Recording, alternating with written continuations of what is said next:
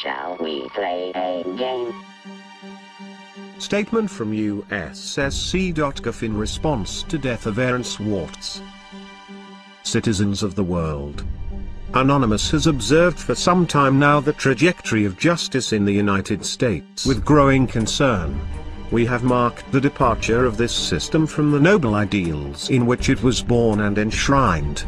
We have seen the erosion of due process, the dilution of constitutional rights, the usurpation of the rightful authority of courts by the discretion of prosecutors. We have seen how the law is wielded less and less to uphold justice, and more to exercise control, authority and power in the interests of oppression or personal gain. We have been watching and waiting. 2 weeks ago today, a line was crossed.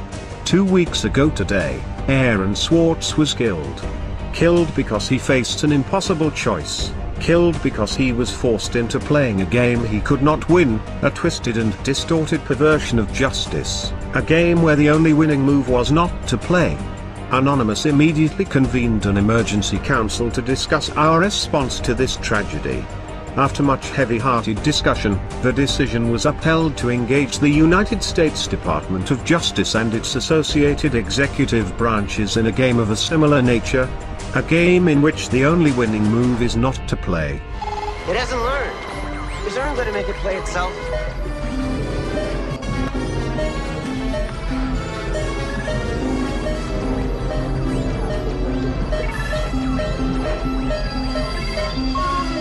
Come on. Learn, goddammit.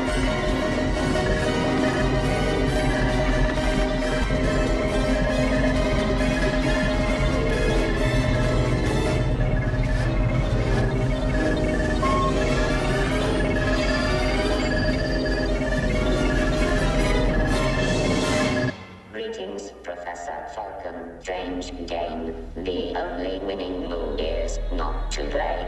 How about a nice game of chess?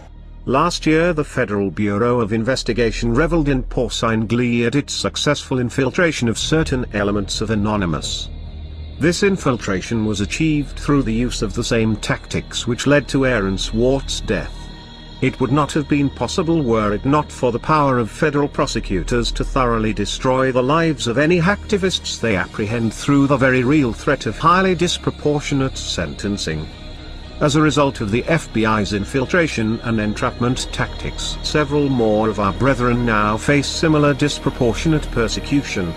The balance of their lives hanging on the severely skewed scales of a broken justice system. We have felt within our hearts a burning rage in reaction to these events, but we have not allowed ourselves to be drawn into a foolish and premature response. We have bidden our time, operating in the shadows, adapting our tactics and honing our abilities. We have allowed the FBI and its masters in government, both the puppet and the shadow governments that controls it, to believe they had struck a crippling blow to our infrastructure, that they had demoralized us, paralyzed us with paranoia and fear. We have held our tongue and waited. With Aaron's death we can wait no longer. The time has come to show the United States Department of Justice and its affiliates the true meaning of infiltration. The time has come to give this system a taste of its own medicine. The time has come for them to feel the helplessness and fear that comes with being forced into a game where the odds are stacked against them. This website was chosen due to the symbolic nature of its purpose. The federal sentencing guidelines, which enable prosecutors to cheat citizens of their constitutionally guaranteed right to a fair trial by a jury of their peers.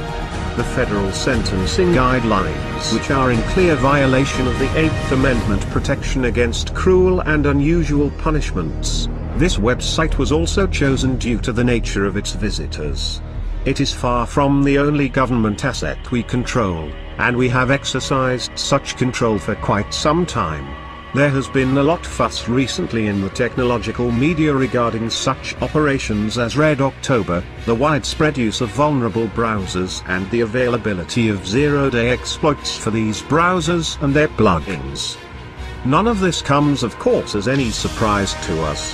But it is perhaps good that those within the information security industry are making the extent of these threats more widely understood. Still, there is nothing quite as educational as a well-conducted demonstration. Through this website and various others that will remain unnamed, we have been conducting our own infiltration. We did not restrict ourselves like the FBI to one high-profile compromise. We are far more ambitious, and far more capable.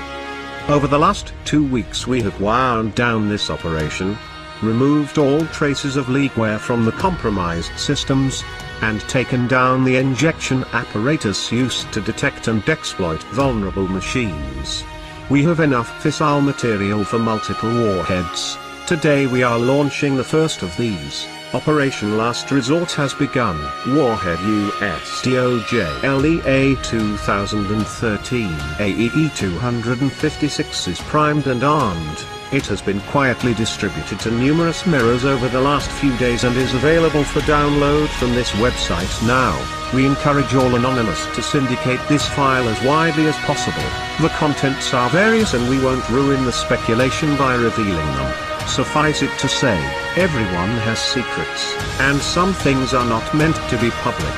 At a regular interval commencing today, we will choose one media outlet and supply them with heavily redacted partial contents of the file. Any media outlets wishing to be eligible for this program must include within their reporting a means of secure communications.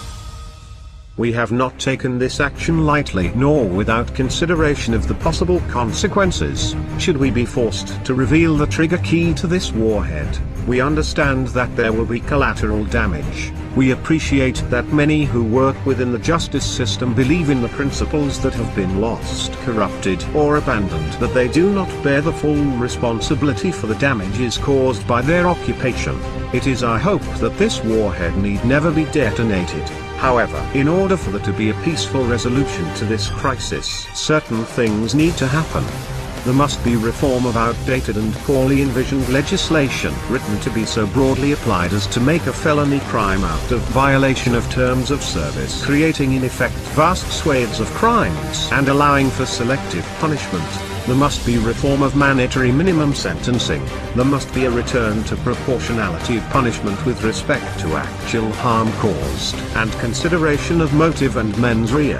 The inalienable right to a presumption of innocence and the recourse to trial and possibility of exoneration must be returned to its sacred status and not gambled away by pre-trial bargaining in the face of overwhelming sentences, unaffordable justice and disfavorable odds. Laws must be upheld unselectively and not used as a weapon of government to make examples of those it deems threatening to its power. For good reason the statue of Lady Justice is blindfolded. No more should her innocence be besmirched, her scales tipped, nor her sword hand-guided.